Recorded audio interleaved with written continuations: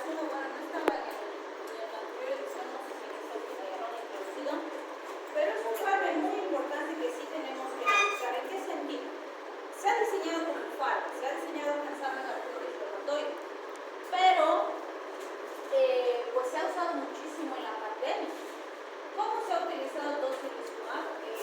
En pacientes COVID severos, que incluso se les ha cuantificado las interleuquinas 6, y cuando estaban muy altas las interleuquinas 6 era un signo de mal pronóstico, y se ha visto que al bloquear los receptores de interleuquina 6 mejoraba el pronóstico del paciente.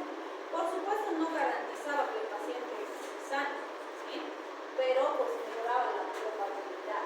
Y fíjense, la dosis está establecida en 4 a 8 miligramos por kilogramo, de modo que el paciente estándar con un frasquito ya tenía su dosis completa, ¿sí? Por suerte. ¿Por qué les digo por suerte? Normalmente nosotros no nos enteramos ni nos inscribimos en lo que es los costos de los fármacos, porque nosotros no los vendemos. Pero en pandemia pues sí teníamos varios grupos de apoyo para los pacientes y les ayudábamos un poquito a conseguir algunos fármacos, gestionábamos con colegas, hablábamos con colegas de otros países y demás. Y pues ahí es que sabemos recibir tocilizumab, que se ha usado mucho, que ha escaseado muchísimo los costos. Este tocilizumab, primero, cuando empezó la pandemia todavía tenía su patente, para que vean que no es un fármaco muy viejo. Segundo, el productor ha sido incapaz de abastecer pues a todo el requerimiento del mundo durante la pandemia de tocilizumab. Entonces ha liberado la patente y ha hecho convenios con los laboratorios para que puedan distribuir. Un frasco de tocilizumab al inicio de la pandemia costaba 7.450 bolivianos. Un frasco, ¿no? Y a pesar de que el paciente necesitaba un frasco, o sea, 7.000 pesos para un frasco, es un montón de plata. Y yo he pedido pacientes que han usado 2 hasta 3 frascos, cuando han estado mucho tiempo en terapia intensiva, las interleuquinas no bajaban y demás. Y obviamente ninguno de los seguros cubre tocilizumab, ninguno. ¿Sí? Y al principio se encontraba en las farmacias, no se olviden que no somos productores de fármacos, entonces todo tiene que llegar de afuera. Y no había, todo el mundo no había porque el productor no abastecía pues a satisfacer la demanda que había. Entonces en el mercado negro ha llegado a costar, así, la primera, segunda ola que ha sido catastrófica en nuestro país, hasta 27.000 bolivianos un frasco. Así la hemos visto en la pandemia. Por eso les digo a ustedes, generación pandemia, no pueden ser indiferentes a esa realidad que hemos pasado, ¿sí? Y encima, en plena pandemia, la gente muriendo y los pobres pacientitos vendían sus cositas, se endeudaban, se prestaban con altos intereses, todo por brindarle una esperanza de vida a su familiar que estaba en terapia intensiva. Imagínense eso, un frasco y el resto de chorizo de cuenta de terapia intensiva, era una locura, ¿sí? Muchos pacientitos decían, no, ya no gasten, déjenme que me muera, ¿para qué van a gastar tanto? ¿Sí? Y encima, pues hemos tenido en esa época gente inescrupulosa que ha enfrascado agua destilada, ha falsificado los stickers de tocilizumab y los ha vendido así. Hemos tenido gente que les ha hecho depositar en cuentas fantasmas a los pacientitos y después llorando venían para tratar de que se les haga justicia. No, pues no se iba a encontrar a esa gente. Les han engañado, ¿no? Entonces se han aprovechado terriblemente del sufrimiento de nuestra población también. Entonces, por eso es que sí tenemos que conocer al tocilizumab, es una herramienta útil, el COVID lo vamos a seguir utilizando y como algún momento les he dicho, el COVID no va a desaparecer, nosotros nos vamos a extinguir primero antes de que desaparezcan esos virus, bacterias y demás, pero no va a pasar. La única diferencia es que ahora ya no es ya no es pandemia, solamente van a haber brotes epidémicos, pero van a haber todos los años, ¿sí? Igual que la gripe porcina, la gripe aviar, el SARS-CoV-1, todos esos tienen brotes epidémicos todos los años, pero se controlan de forma más adecuada porque ya conocemos. Entonces estas cosas ustedes tienen que saber porque vamos a seguir utilizando, ¿sí? Y ahora fíjense, post pandemia, realmente la última vez que pregunté, hace unos 2 o 3 meses, estaba 4.250 más o menos un frasco, ¿no? O sea, casi la mitad de su costo. Pero si se ponen a pensar y hablamos del sueldo básico en nuestro país, 4.000 es más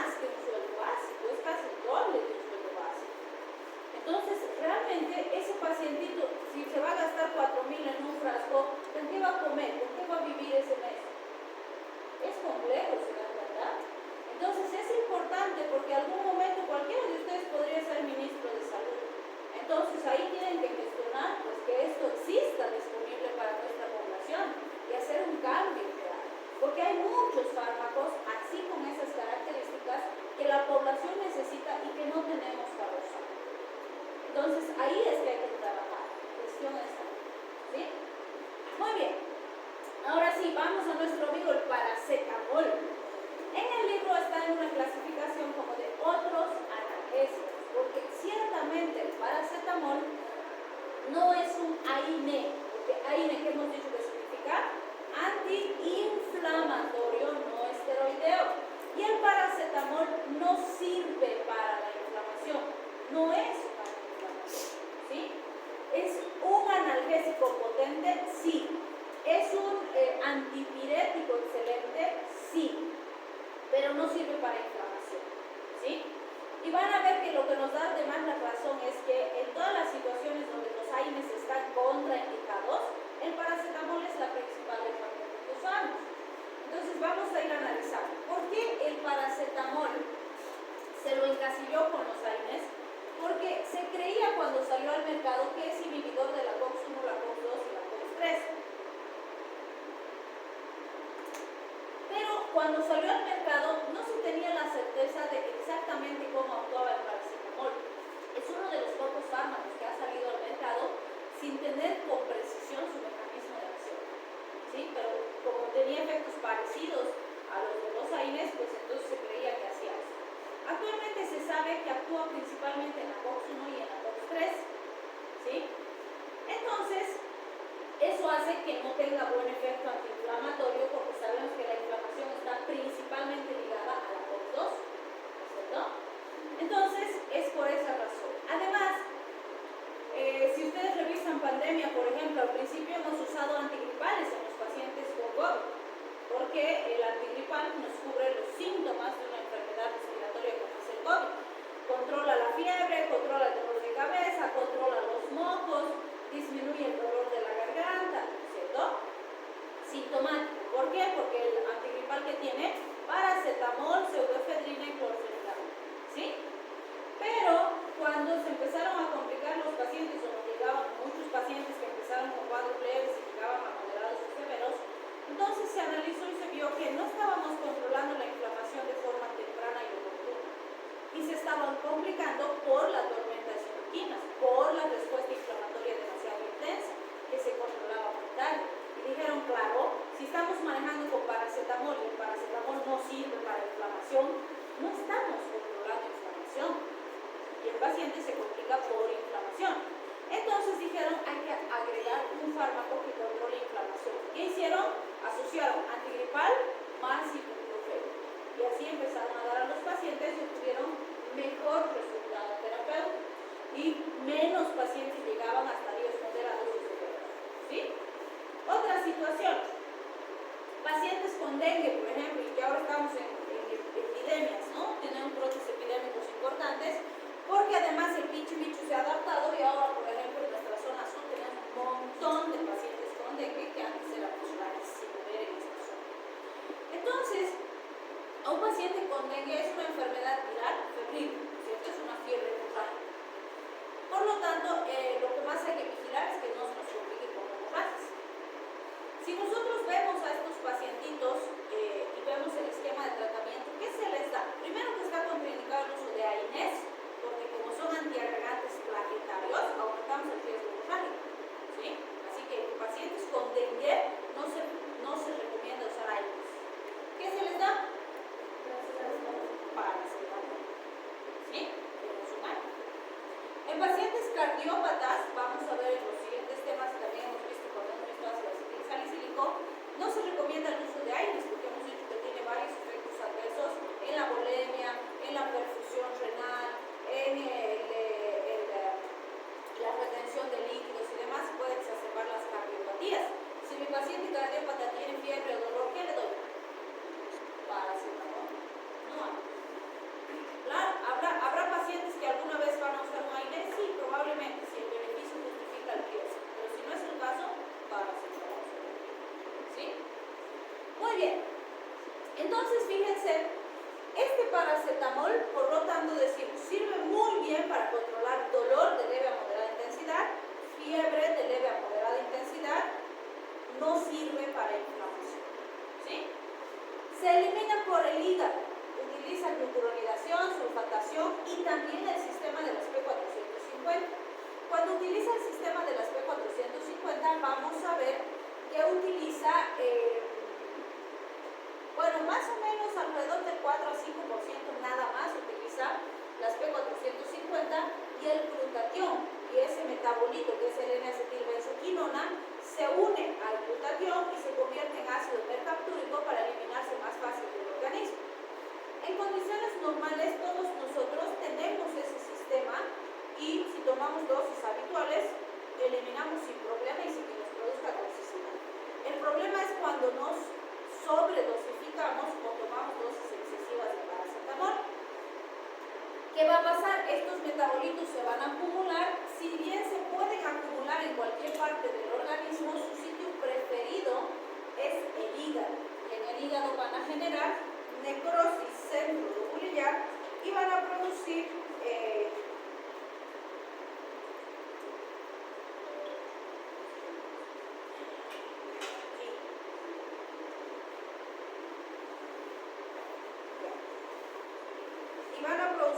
alteraciones significativas en el hepatocito, muerte del hepatocito y pueden generar incluso una necrosis hepática fulminante y la muerte del paciente. ¿Sí? Entonces lo que hay que hacer es vigilar. ¿Por qué decimos esto? Siempre les digo, el paracetamol es un excelente fármaco, es muy seguro si se usa correctamente. Pero por ejemplo ustedes van a ver en nuestros sistemas de salud y demás, para algo que damos muchísimo el paracetamol es para controlar fiebre en el paciente pediátrico. Entonces, la mamá le da y quiere que sea varita mágica, ¿no? Pin, le da y desaparece la fiebre. ¿Funciona así? No, ningún fármaco funciona así. Entonces le da, pasó media hora, ay, sigue con fiebre y le quiere volver a dar. Si no le explicamos bien a esa mamá, nos va a intoxicar al paciente. Entonces, ¿qué tenemos que hacer? Tenemos que enseñarle a la mamá, primero, que no se debe pasar por la dosis. Segundo, que tienen que usar medios físicos para ayudarnos a controlar al paciente. ¿Sí? Entonces, número 1, hay que desabrigar al paciente. Ay, pero está enfermo. Justamente por eso, ¿no? Si está con fiebre, no lo podemos abrigar. Y ustedes lo ven a Chiqui, está con sus 3 chompas, con su chalina, con su chulo, con sus guantes y sus ojitos por ahí saliendo. No le estamos permitiendo al cuerpo perder calor. Entonces eso va a hacer que suba más la temperatura. Entonces sí, está enfermo con fiebre Juanito, está en la habitación, obviamente no lo voy a sacar al viento para que se enfríe, ¿no? Sino en la habitación donde no hay viento corriendo, está controlado el ambiente, pelado. Si usa pañal, solo su pañalcito.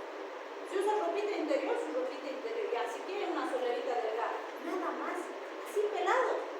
Con fiebre sí, porque necesitamos que su cuerpito pierda calor. ¿Sí? Medios físicos, pañitos húmedos, agua tibia, nunca agua fría. Agua tibiecita, exprimo a la frentecita, a las axilitas, al pechito, al estomaguito. ¿Sí? Si está, si esto no funciona, a la ducha. ¿Sí? Muy importante, no es una ducha de aseo, no es no, es una ducha de control térmico. Entonces, recibo en una bañera grande agüita tibia, lo siento al pequeño y con un frasquito desde la cabeza le voy a echar unos 15 a 20 minutos. Eso va a hacer que uno, el peque se relaje. Segundo, me ayuda a perder temperatura corporal y va a salir y va a estar sin fiebre. ¿Sí? Ojo, sí, muy importante que ustedes le digan a la mamá, el baño es en la habitación, porque a veces allá es el cuarto y allá es el baño, ¿no? Entonces, si lo va a bañar allá y me lo saca mojado, bueno, me lo va a traer después con neumonía, ¿no? Entonces, puede hacer este procedimiento, llevar la bañera con agüita tibia a la habitación y ahí lo baña y demás. Y cuando lo saca, seca sobre todo biencito el cabellito, bien sequito, y otra vez su solerita y su ropita interior. Y así peladito, para controlar la temperatura. Pero en el cuarto donde está el ambiente controlado, no lo puede sacar ahí cuando está mojadito el pequeño, se nos va a complicar. ¿Sí? Entonces, muy importante esas indicaciones. Y con seguridad, con eso y con el fármaco en horario, el pacientito va a estar bien controlado sin intoxicarse. ¿Sí? Pero ustedes son quienes tienen que orientar eso a las mamás, porque las mamás no saben y se desesperan a no poder ayudar a su enano cuando está con fiebre. Porque sí se asustan, más aún si el bebé ya ha convulsionado. No se olviden que los pequeñitos convulsionan súper fácil con fiebre, por eso es que es una urgencia controlar la fiebre, independientemente que sea por infección urinaria, infección gástrica, infección respiratoria, sube mucho la temperatura y convulsión. ¿Sí? ¿Qué dosis usamos? Tenemos hasta de 1 gramo, lo habitual es de 500 miligramos a 1 gramo. El de 325 es habitualmente cuando está asociado, por ejemplo 325 de paracetamol con 15.5 de tramadol, ¿sí? Cuando se asocia con tramadol, con ibuprofeno, con otros fármacos que hay.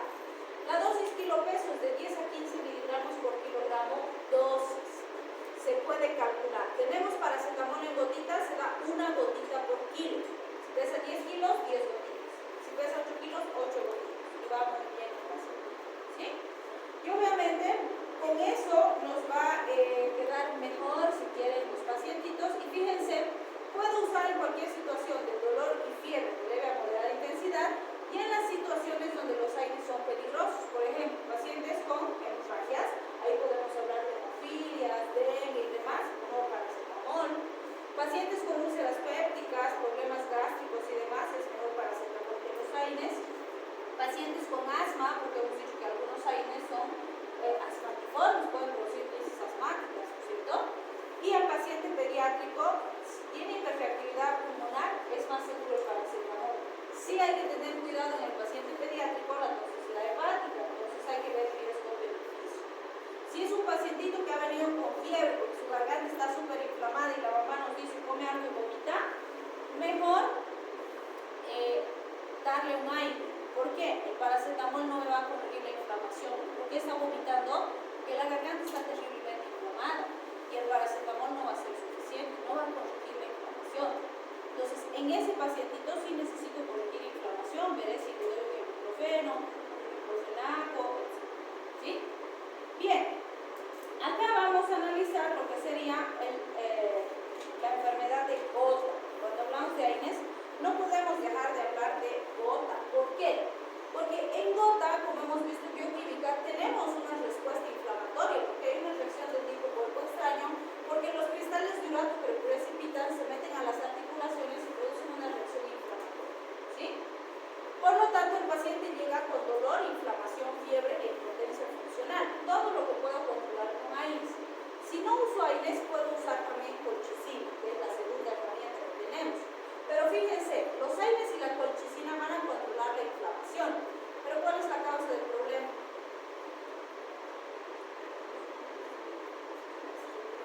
El ácido úrico, y ninguna me va a bajar el ácido úrico. Por eso es que tengo que combinar la colchicina y los AINES con fármacos úricos o con fármacos metabólicos como el allopurinol o el febuxostat. ¿Sí? Entonces eso vamos a ver. La colchicina es un fármaco muy antiguo que se usa clásicamente en pacientes con gota porque tiene muy buena potencia antiinflamatoria. Se usa de 0.5 a 1 miligramo. Lo que va a hacer esta colchicina es actuar en mecanismos relacionados a inflamación. Se une a la tubulina evitando la polimerización a nivel de los microtúbulos, inhibe la migración de linfocitos y fagocitos e inhibe la formación de leucotrienos B4. Con esto, lo que consigue es evitar la respuesta inflamatoria en el paciente. Por eso es que se ha usado clásicamente en artritis gotosa.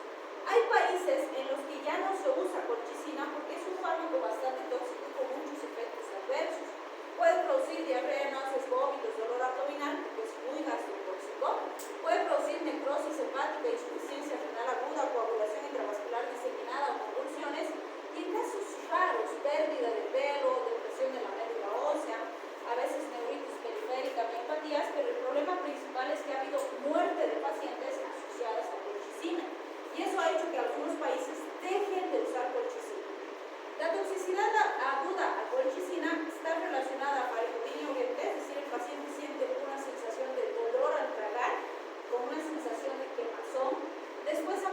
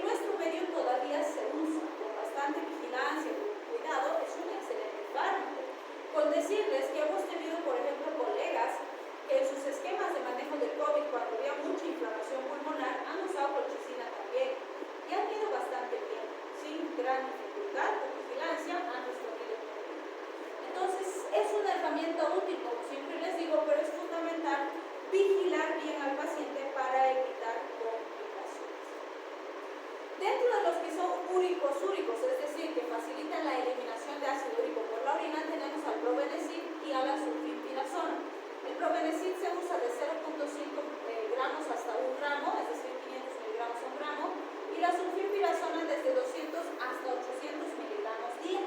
Ambos lo que hacen es facilitar la eliminación de ácido úrico por la orina. Si recordamos, la eliminación de ácido úrico es en el segmento medio del túbulo proximal, el sistema de eliminación de ácidos. Entonces, estos actúan ahí para que se elimine más ácido úrico por la orina. ¿Cuándo se usan úricos úricos?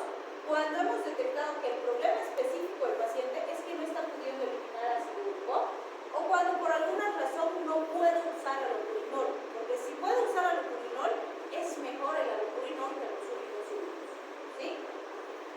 Bien, y como dijimos en AIDS, la oxaprocina y la endometacina no se deben usar junto con el probenecid, porque aumenta potencialmente su riesgo de toxicidad. Bien, ahí está el mecanismo de acción de los úricos úricos en el túbulo proximal, ¿cierto? Y finalmente tenemos los fármacos metabólicos. El alopurinol, que es un inhibidor de la santina oxidasa, es un inhibidor purínico porque su estructura química se parece a las purinas y así es que actúa en esa vía metabólica. Si se acuerdan, la santina oxidasa es la enzima que permite la conversión de la hipoxantina en santina y de la santina en ácido úrico. Entonces, si bloqueo la enzima, no se sintetiza ácido úrico y eso va a hacer que los niveles puedan bajar. ¿Sí? También tiene acción antiprotozoaria, pero la utilización principal es GOT. ¿Cómo se usa? Alopurinol más AINES o alopurinol más colchicina hasta llegar a niveles de 6 miligramos en 100 ml y después se hace tratamiento de mantenimiento. Muy importante que el paciente tiene que bajar de peso, tiene que dejar de consumir bebidas alcohólicas, tiene que controlar su alimentación y el consumo de carnes rojas, porque si no el tratamiento siempre va a fracasar. ¿Sí? Si es muy gastrotóxico, tiene efectos adversos muy importantes que hay que vigilar. Una alternativa es el febuxostat, que es un inhibidor de la santina oxidasa con la diferencia de que no tiene estructura purínica. Nada más, el mecanismo es similar y el criterio es el mismo, febuxostat con colchicina o febuxostat con AINES hasta que los niveles lleguen a 6 miligramos en 100 mililitros. La ventaja es que tiene menos efectos adversos. La desventaja es que no llega mucho a nuestros mercados, por eso es que nos batimos más con alopurinol, que sí hay en nuestros seguros y demás, y es el que más se usa. Pero también hay que gestionar para que se pierda, ¿no? Y bueno, eso era para el anterior examen. Pero este final les va a ir mejor, ¿lo ven? Va a poner eso ya. ¿Voy a poner? ¿Pongo ahí un pedacito? Sí, lo vamos a arrancar. Si no lo puedes